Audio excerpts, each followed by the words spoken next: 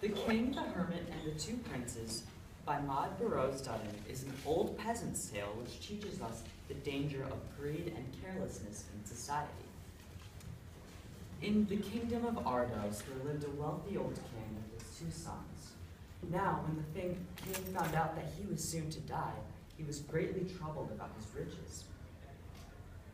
He had been a wise and prudent man, and he had gathered his wealth by industry and thrift.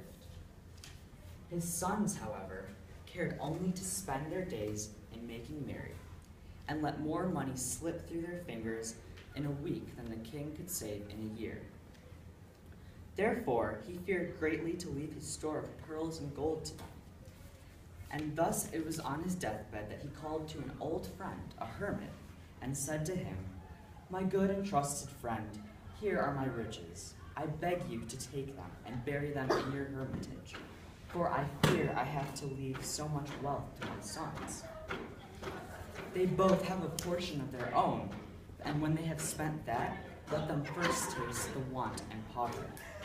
Then may you bring forth the treasure into their hands.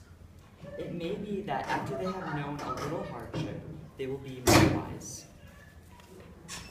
The hermit did as the king bade him, and a short time afterwards the king died.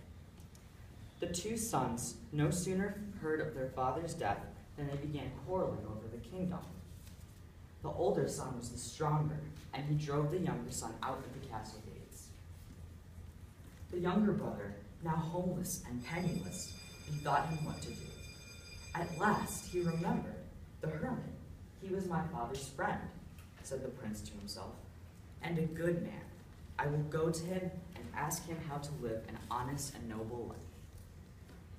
So betook himself to the hermitage. But when he had entered the hut, he found it deserted. The hermit had actually died.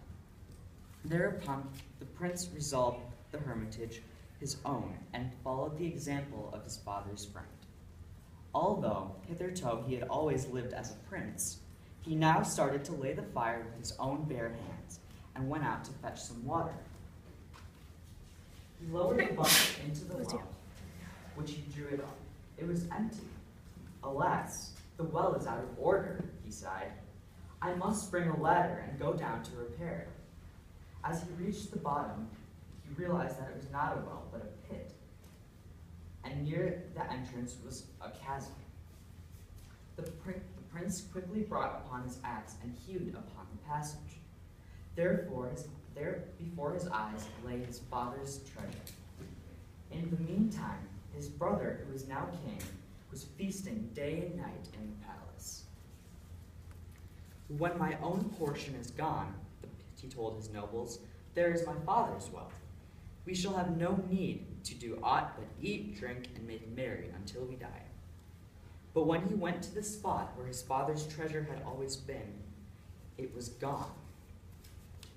That same day, a neighboring monarch declared war upon the city. The king was greatly afraid, for his soldiers needed arms, and there was no money in the royal treasury for which to buy them. The enemy drew near, and the king's army had to defend themselves with nothing but what was inside the castle. In the end, the enemy was victorious, and both kings were slain in the battle. When peace was declared, generals gathered together to choose a new king. The new king must be a man of peace and not war. He must be prudent and not spend the wealth of the kingdom in merrymaking, added another. Then they remembered the prince who was living as a hermit. Without accord, they proclaimed him king. They formed a long procession marching to the hermitage and led the prince back with flying banners to honor his father's throne.